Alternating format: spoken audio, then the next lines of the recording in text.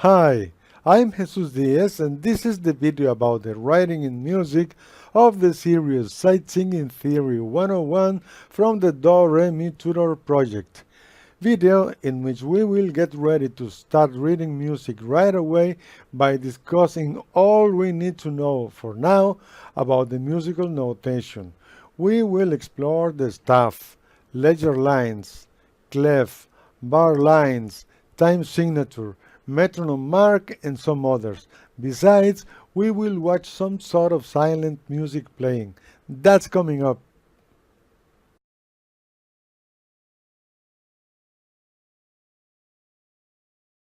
Sol, la, sol, si, do, si, la, re, do, fa, sol, do.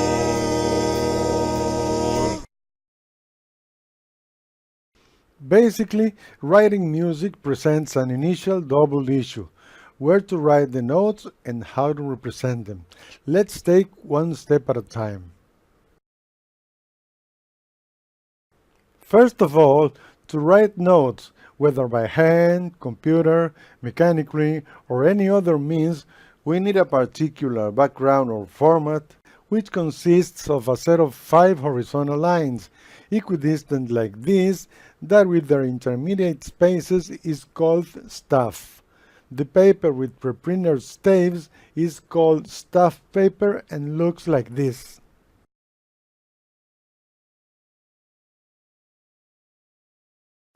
And on the other hand, to represent the notes, we use a symbol that invariably has or consists of an ellipse like this called Nodehead, which for the moment will suffice to illustrate some of the following ideas.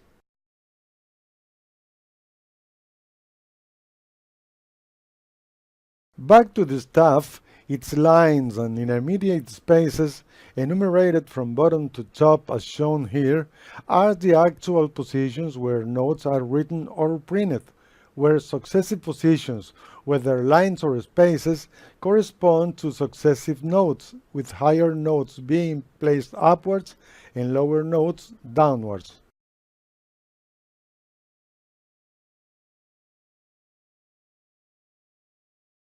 It is clear that the 5 lines and 4 spaces of the staff yield only 9 positions, reason why it usually becomes necessary to utilize additional positions outside the staff, like the adjacent both upper and lower spaces. To write notes outside this range, we draw small lines called ledger lines like this as an extension of the staff as needed, each yielding its proper position and a new additional space as we can see here.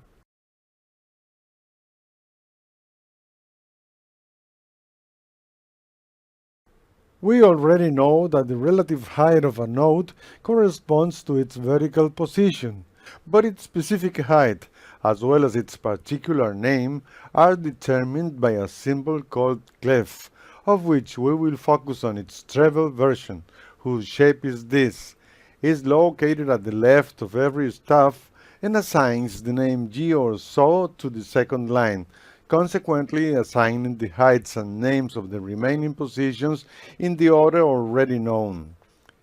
As you can see, figuring out the height of the notes is highly intuitive, and learning their names is simply a matter of memorizing. Let's now see how to represent their duration.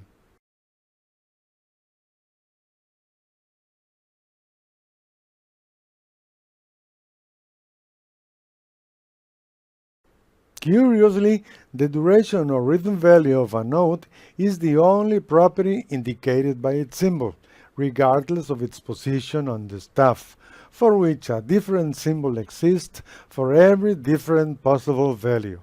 But we shouldn't panic before such a variety, for as we have stated in the previous video, for the time being all of our notes will last a quarter, for which you surely remember we will call them quarter notes.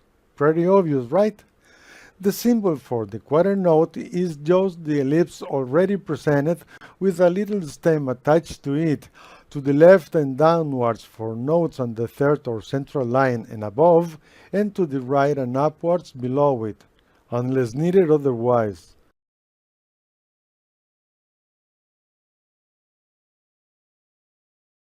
It is worth to point out and emphasize that music is not always continuous, and in order to know when to sing or play the next note after any pause, we use symbols called rests to indicate the duration of such interruptions between successive notes. From those symbols, the only one we need to know for now lasts, for no one's surprise, 1/4, therefore called quarter rest, being its shape this and its position the vertical center of the staff.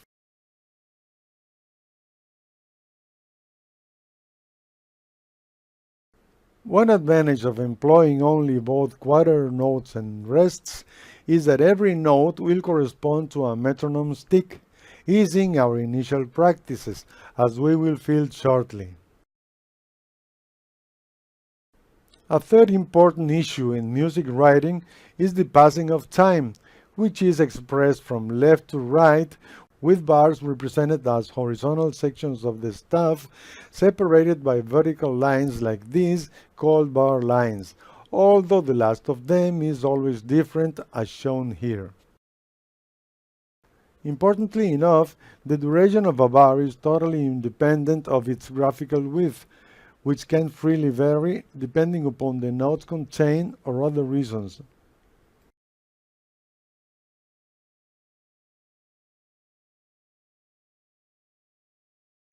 The meter or type of bar is represented by a symbol like this called time signature, similar to a common fraction but without the division line.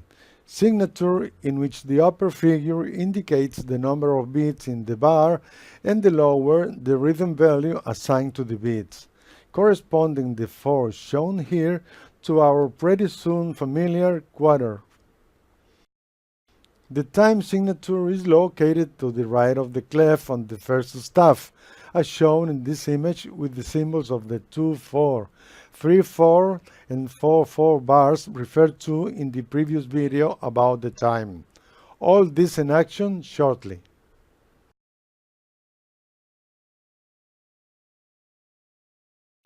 Regarding the tempo or speed of the music, this is expressed, as it was also mentioned, in specific beat units per minute, with this symbol called metronome mark, although for us, for now, it is of little interest, for it will be conveniently adjusted in every lesson. The metronome mark is located above the first staff, to the right of the clef, approximately aligned with the time signature, again, as shown here.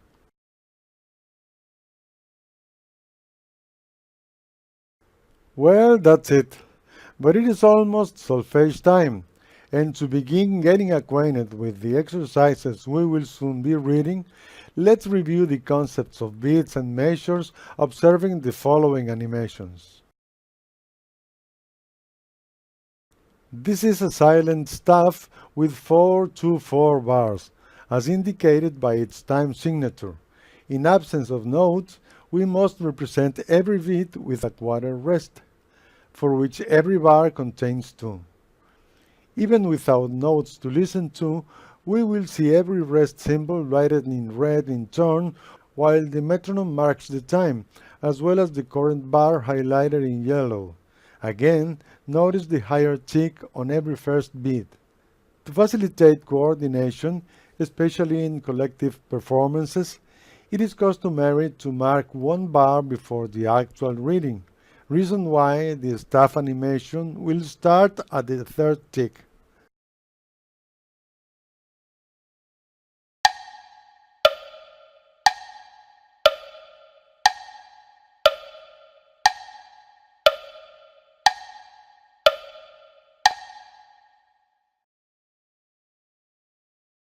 This is a 3-4 staff, as indicated by its time signature, and logically with 3/4 rests in each bar.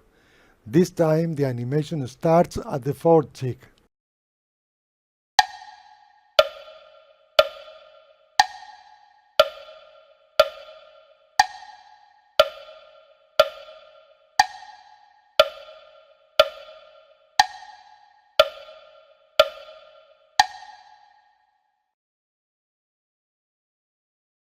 And the last one utilizes 4/4 bars with 4 quarter rests per bar, which will start being animated at the fifth tick.